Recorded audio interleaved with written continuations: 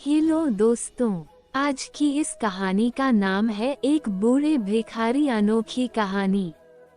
हर दिन एक भिखारी दरवाजे के पास आकर भीख मांगता था और घर का मालिक हमेशा घर के बाहर आते ही उसे देखकर फिर जाया करता। कई बार उसके लिए गालियां भी बकता।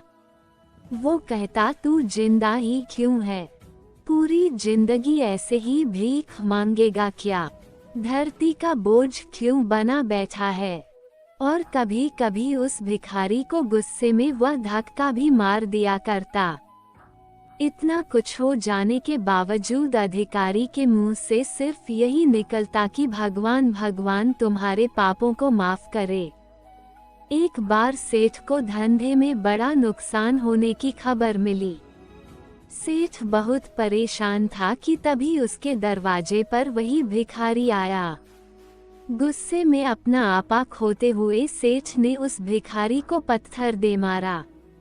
पत्थर लगने के कारण भिखारी का सर फूट गया और उसके सर से खून बहने लगा। फिर भी दर्द से कराहते हुए भिखारी ने इतना ही कहा, भगवान तुम्हारे पापा को माफ करे। भिखारी वहां से चला गया।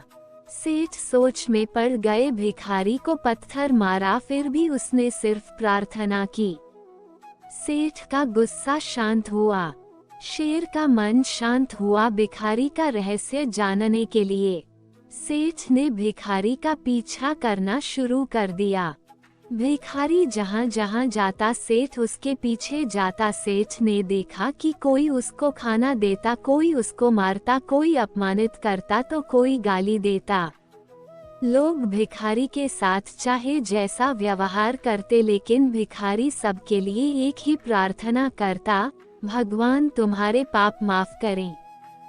अब रात होने को आई थी। भिखारी अपने घर जाने के लिए लौटा। वो अपने घर पहुंच गया, लेकिन सेठ अब भी उसका पीछा कर ही रहा था।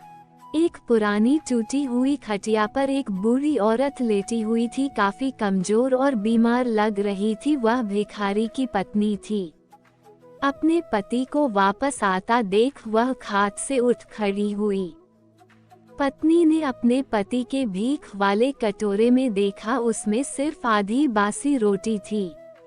उसे देखकर वह बोली, आज बस इतना ही मिला, और हाँ, आपके सिर से खून निकल रहा है, ये चोट कैसे लगी?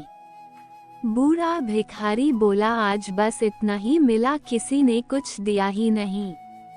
सब ने गालियां दी और एक नए पत्थर भी फेंकना, इसलिए मेरा सर फट गया। एक गहरी ठंडी सांस लेकर बूढ़ा भिखारी फिर से बोला, यह मेरे ही पापों का फल है। तुम्हें याद है कुछ सालों पहले हम कितने अमीर थे? क्या कुछ नहीं था हमारे पास? हमारे पास हर चीज जरूरत से ज्यादा थी, लेकिन हमने कभी दान नहीं किया। और उससे भी बुरा हमने उस अंधे भिखारी के साथ किया जो हमारे द्वार पर भीख मांगने आया करता था। बूढ़ी पत्नी की आंखों में आंसू आ गए।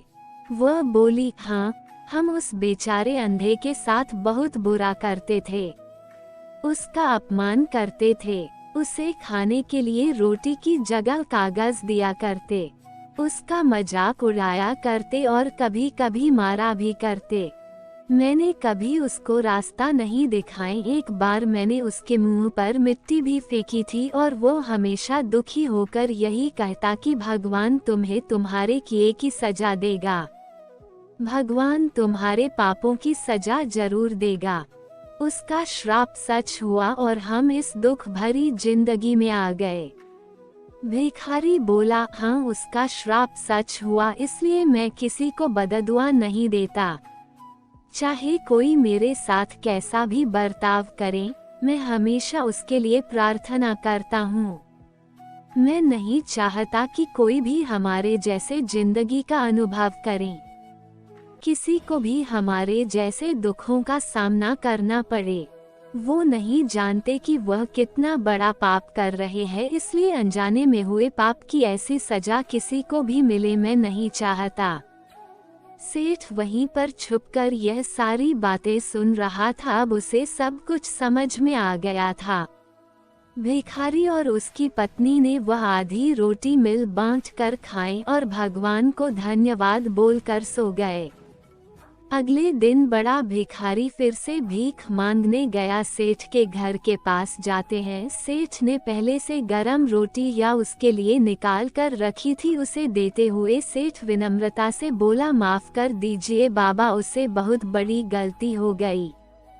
बूढ़ा भिखारी बोला, भगवान तेरा भला करे। इतना कहकर वह आगे निकल गया।